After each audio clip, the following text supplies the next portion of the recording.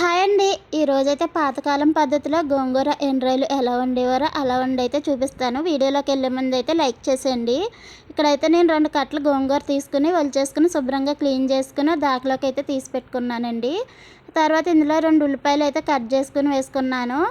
10 పచ్చిమిర్చి కూడా కట్ చేసుకుని వేసుకోవాలి. ఆ తర్వాత కొంచెం కారం, అలాగే కొంచెం పసుపు, టేస్ట్‌కి సరిపడా ఉప్పు అయితే వేసుకోవాలి. కారం కొంచెం ఎక్కువగానే పడుతుందండి. ఎందుకంటే పుల్ల గోంగూర తీసుకున్నాను నేనిక్కడ.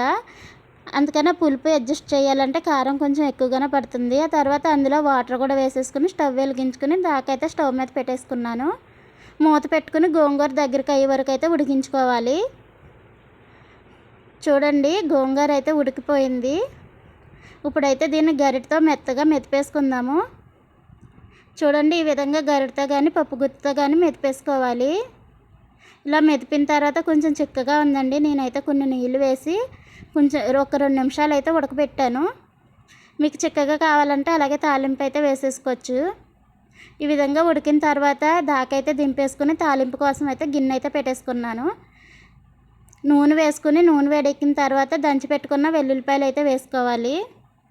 తర్వాత కొంచెం ఆవాలు, 1 స్పూన్ జీలకర్ర, 4 ఎండుమిర్చి, కొంచెం కరివేపాకు కూడా వేసుకుని కొంచెం అయితే వేగనివ్వాలి. చూడండి, ఈ విధంగా వేగిన తర్వాత శుభ్రంగా క్లీన్ చేసి పెట్టుకున్న ఎండ్రాయిలు కూడా వేసేసుకొని ఎర్రగా వేయించుకోవాలి. ఈ తాలింపు వేగుతుంటే ఎంత కమ్మగా స్మెల్ వస్తుందండి. మీలో ఎంతమందికి గోంగూర ఎండ్రాయిలు ఇష్టమో కామెంట్ చేసేయండి. మాకైతే చాలా ఇష్టం. గోంగూర పచ్చడన్నా ఇలా గోంగూర ఎండ్రాయిలు అన్నా చాలా ఇష్టం అండి. తాలింపు అయితే వేగిపోయింది. ముందుగా ఉడకపెట్టుకున్న గోంగూర అయితే వేసేసుకుందాం ఇందులో. అంతేనండి, ఎంతో సింపుల్ అండ్ టేస్టీగా గోంగూర ఎండ్రాయిల కర్రీ అయితే రెడీ అయిపోయింది. మీరు కూడా ఒకసారి ట్రై చేయండి. టేస్ట్ అయితే చాలా బాగుంటుంది.